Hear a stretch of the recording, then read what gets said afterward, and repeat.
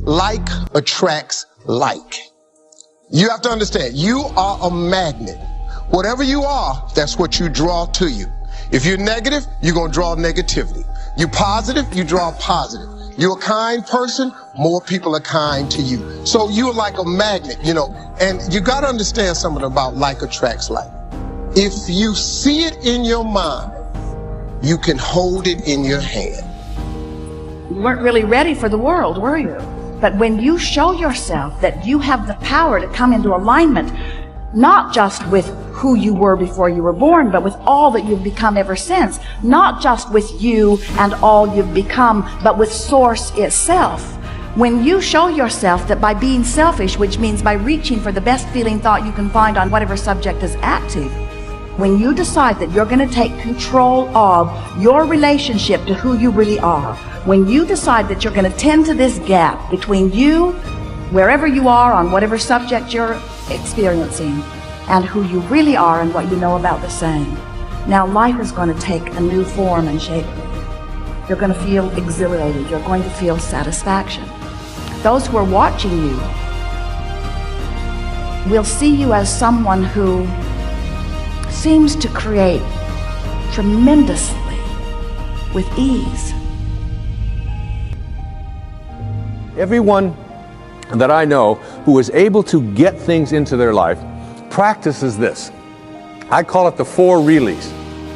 All right? So that what you really, really, really, really want, you will get. And these 4 reallys each of them stands for something. And if you look at people who are good at, some people call them lucky, some people call them highly spiritual, whatever it might be, but they are good at getting what they want in their lives. And here are the 4 reallys. The first one says, I wish. So what you really wish for, everything that you'd like to get into your life starts with a wish. It's a thought. I wish I could get that job. I wish I could get that promotion. I wish I could lose weight. I wish I could get rid of that addiction that I have. I wish I could, whatever. It's a wish. So what you have to start with a wish. The second really stands for what you desire. What you really wish and desire. And the difference between what you wish for and desire is in what I call asking. Ask and you shall receive. Ask and you shall receive. It's not empty words. Be willing to ask. When I get stuck sometimes writing and I'm just not quite sure where to go or whatever, I just leave the typewriter or I leave the yellow pad that I'm writing on. I walk over to the couch and I get into a meditation and I say, I would like some help in having this become clearer as to how to express it. And it's always there. Sometimes the phone will ring and my wife will call and she'll say, did you know that this was in the mail? And I'll say, read it to me, and it'll be exactly what I needed. Sometimes it just comes in the thing that I call an intuition or an insight, whatever it might be. The third really stands for what I intend. So now you shift away from what I wish for and ask for, and you frame it in such a way that you intend to create it. I intend to create this, whatever it might be, whether it's a healing, whether it's a losing of weight, whether it's getting rid of an addiction, whether it's creating prosperity. I intend to create it. And if you notice people who are good at manifesting, they don't mince those kinds of words. I will do it. And someone will say, well, what if it doesn't work out? You say, well, then I'll just learn whatever I have to learn from it not working out. But I intend to create this in my life. There's an intention, and the intention is so powerful that you become independent of the good opinion of other people. You're not checking it out with the tribe. You're not checking it out with what everybody else out there said you should do or shouldn't do. You're saying to yourself, I intend to create it. And I often tell people, don't tell anybody else about what you want to manifest. Don't make it a big statement. Instead, keep it to yourself. And they say, why do you want to say that? I say, because the minute that you do, you invoke ego. And in quantum physics, there's a simple line. It says, particles themselves are not responsible for their own creation. Another way of saying that is the way St. Paul said it. That which is seen, he said, hath not come from that which doth appear. That is, the source of everything over here, it's not over here. It's in this invisibleness. And once you invoke ego, you have to defend it, you have to explain it, you have to get the tribe involved in it, and before long, you've lost the capacity to manifest. It's a spiritual journey. Inspiration, in spirit. When you're inspired, in spirit. The fourth really stands for passion. Passion. That is, I am absolutely passionate about it, and I intend to create it with that love. One of the great books that one of my teachers sent to me from ancient India, written like 3,000 years ago, has a line in it that says, to attempt to manifest what you want without passion is like dressing up a corpse. So you take this corpse, and you put a tuxedo on it, and you dress it all up, and you put all the makeup on it, and you take it out into the world, and you say, now, see what you can get for me. But basically, it's dead inside. And if it's dead inside, that is, if it lacks passion, if you lack passion, you're not going to be able to attract it into your life.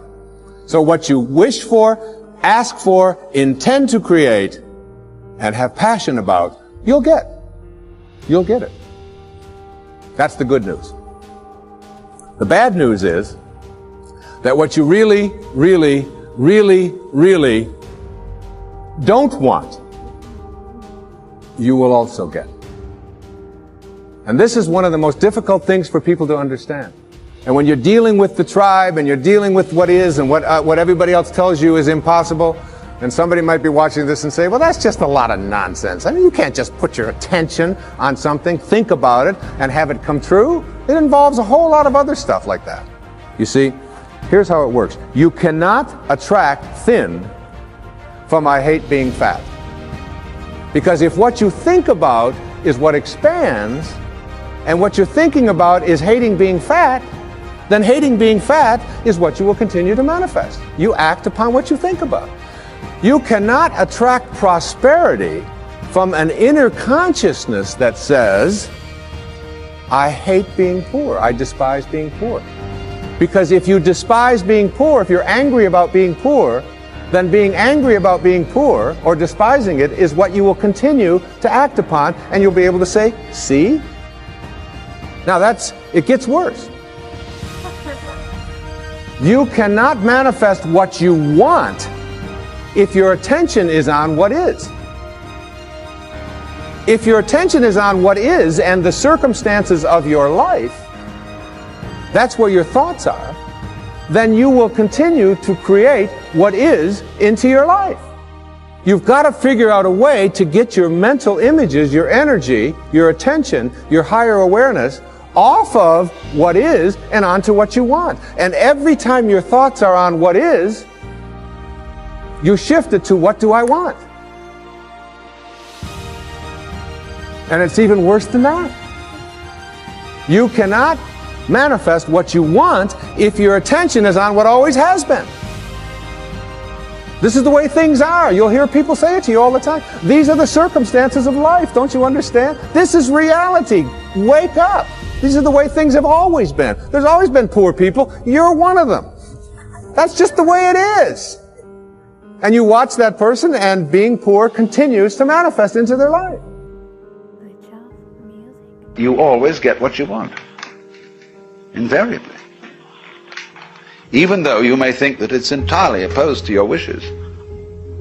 But if it's your karma, everything that happens to you, put it in another way, everything that comes to you is a return to you of what goes out of you. Yes, obviously, that's absurd. If you confine the definition of yourself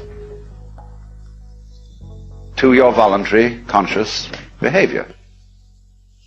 That's a ridiculous definition of oneself. Oneself, by any stretch of the imagination, must involve far more than the conscious and voluntary aspects of our behavior.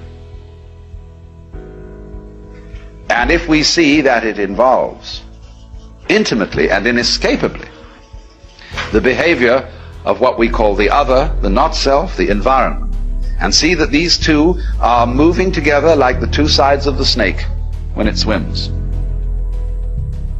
then you get a very curious feeling.